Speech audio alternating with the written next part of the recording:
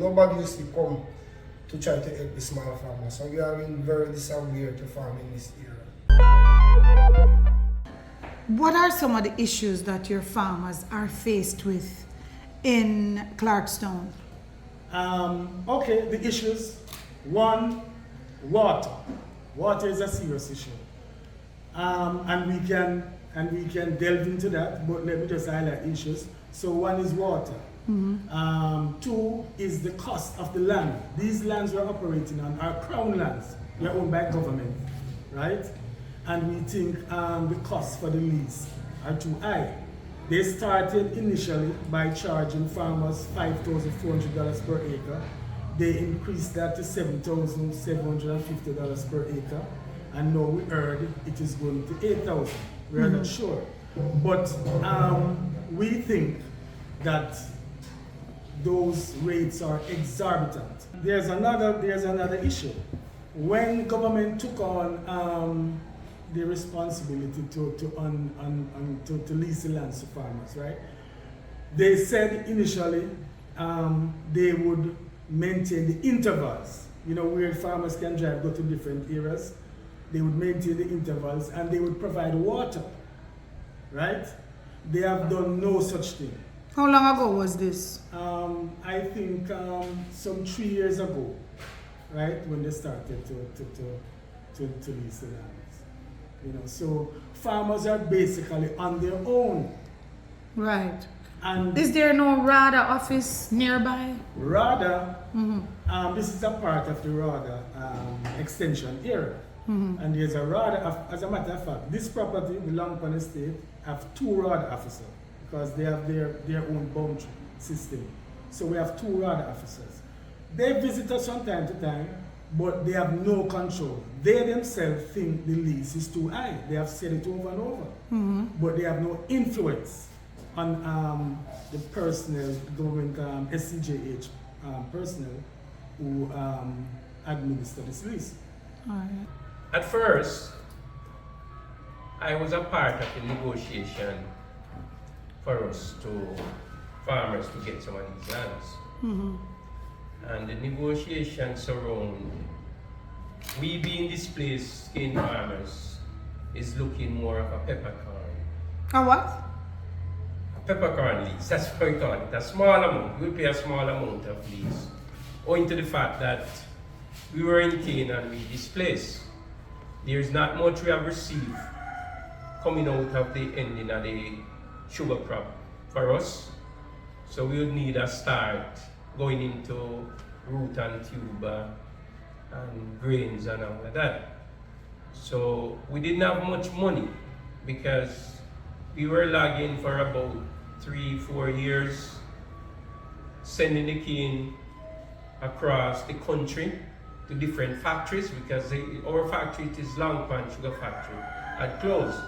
So we have to be sending our cane to St. Elizabeth, Clarendon, Westmoreland, and it was very hard. Trucks traveling from so far, so we didn't get much.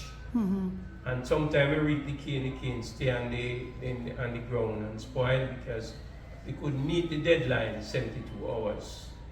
So we had suffered a lot in the last. And you're suffering more. We're suffering more now because we believe sitting on the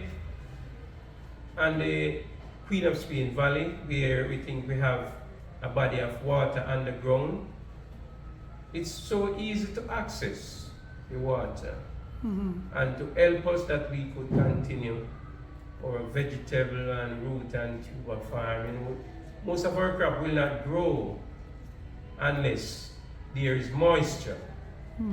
So we're having serious issues. Now, our drought started from last year, November, I can actually say. I sit in about 12.5 acres of land. And I plant corn, yam, pine, sweet potato.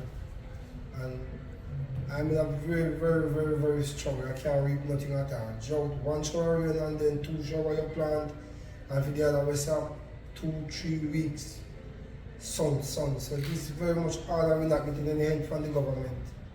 for water, and then when you look, you see the well just there meters from it, just a fence apart where the water run and stuff. And there's nobody you see come to try to help the small farmers. So we are in very disaware to farm in this area. And then every day you will look, you will get a phone call or a text. The people from the SCJ body want their money for the land. 7,500 per acre. So nobody busy with what you want to plant and what you want to reap, then just think about the money, and it's kind of that way.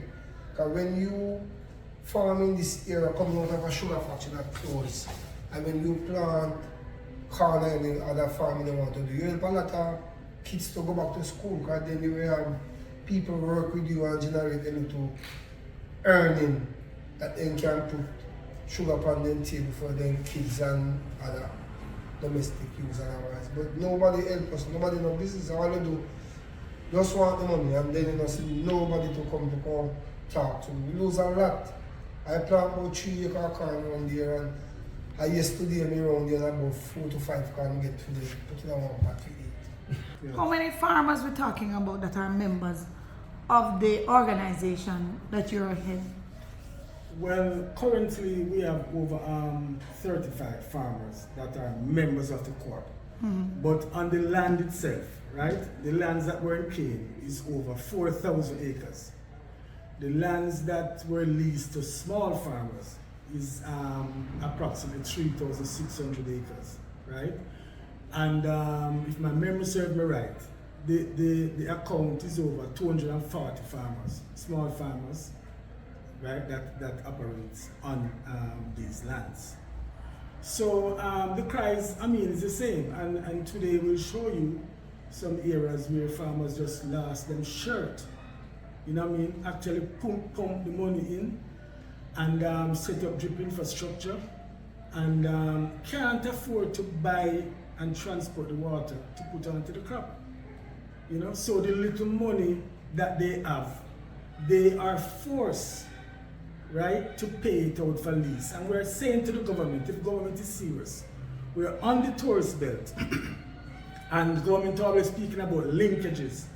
That is how you're going to grow the economy, you know, right? The farmer produce, probably you have truck drivers who would come and transport the goods to the hotel or wherever.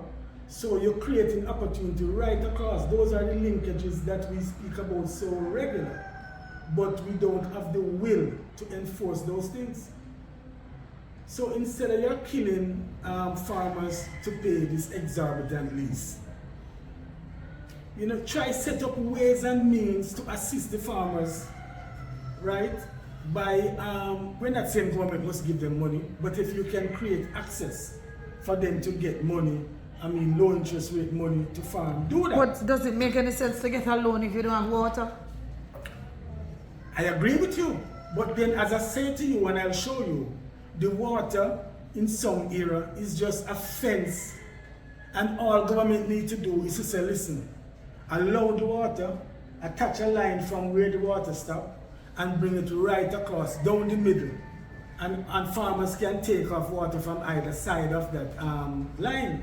Mm-hmm. It is simple. So you're saying then that there is water in Clarkstown, just that you don't have access to it. We don't have that. And those who are able to access, they're paying exorbitant figures for water. Yes.